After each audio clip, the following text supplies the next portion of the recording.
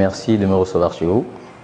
Moi, c'est Georges IMP, un jeune professionnel du marketing et spécialement du marketing digital et amoureux, n'est-ce pas, des nouvelles technologies.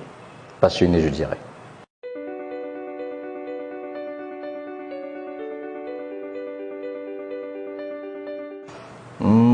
S'il faut répondre à ces questions, je crois qu'on pourra en faire tout un cours.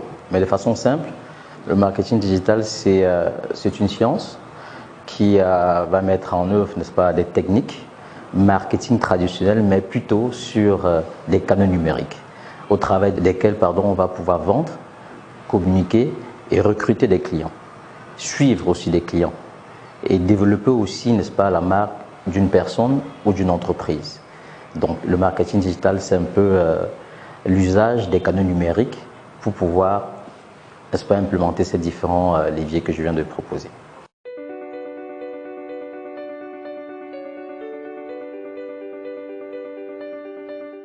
Je dirais qu'elle occupe une place primordiale aujourd'hui. Pourquoi? Parce que avant, ce n'était pas le cas. Il y a une évolution des habitudes qui se fait au niveau, n'est-ce pas, de nos usages. Et toutes les entreprises qui conçoivent des biens ou des services sont orientées clients. Ça veut dire que tout ce qu'ils produisent, ils doivent, n'est-ce pas, s'adapter, n'est-ce pas, aux besoins de ces clients-là. D'où l'importance pour, n'est-ce pas, les entreprises de se greffer sur les différentes plateformes où se trouvent leurs clients. Je prends un exemple. Une entreprise aujourd'hui, si elle veut être efficace, il est important, si elle veut vendre, de tenir compte qu'au jour d'aujourd'hui, le même client qui n'avait pas un téléphone mobile ou bien qui n'était pas très orienté social media est sur ces canaux. Donc, elle doit aussi être présente où effectivement, n'est-ce pas, les clients se trouvent. Autrement dit, c'est-à-dire être présent à l'endroit où le client s'entend le moins. Donc, l'impact aujourd'hui du marketing digital dans les activités d'une entreprise, je dirais, est primordial. Les entreprises sont obligées de s'y mettre, donc c'est vraiment très important aujourd'hui pour les entreprises.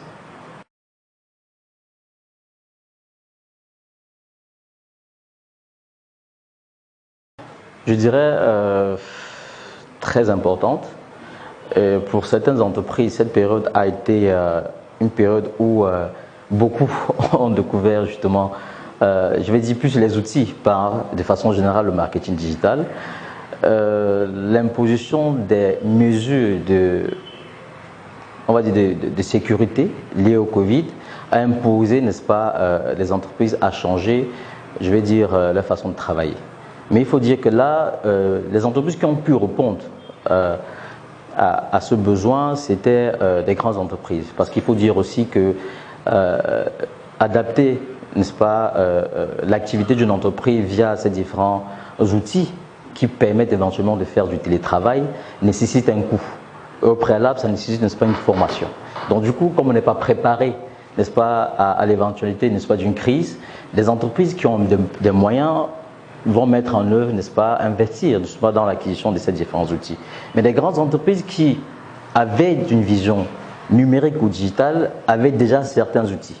On prend un exemple, vous êtes dans une entreprise, vous avez votre intranet, et quand vous voulez travailler sur la plateforme de l'entreprise qu'on appelle des ERP, c'est un exemple, un entreprise ressources planning, ou bien un système de gestion pour faire simple, ou bien un CRM, l'employé peut, si on lui installe un service qui s'appelle un Virtual Private Network, un VPN, se connecter depuis sa maison pour pouvoir travailler.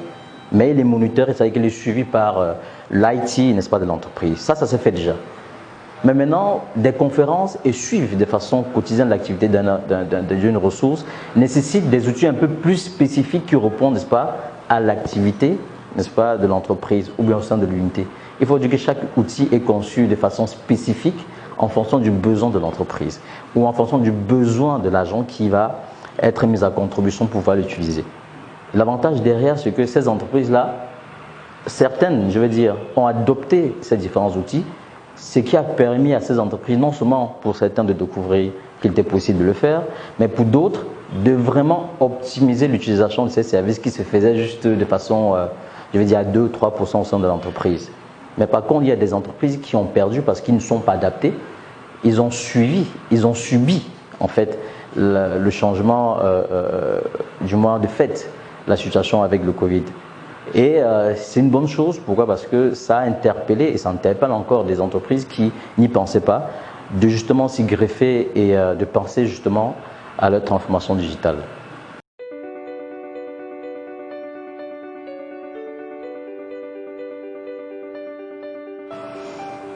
Comme je disais tout à l'heure, certaines entreprises, oui, ont une vision digitale, mais d'autres traînent encore le pas. Mais je vais dire de façon basique, ce qui est important, c'est qu'il y a des entreprises qui s'y intéressent parce que beaucoup aujourd'hui qui n'étaient pas présents sur des plateformes numériques, notamment avec un site web pour prendre, n'est-ce pas, des plateformes basiques, commencent déjà à s'y faire. Et dans notre cas, dans notre activité, on reçoit de plus en plus des demandes qui vont dans ce sens-là. Donc je pense que les entreprises progressivement commencent à comprendre l'importance du marketing numérique, parce que pour pouvoir faire du marketing numérique, il faut déjà être présent sur des plateformes sociales.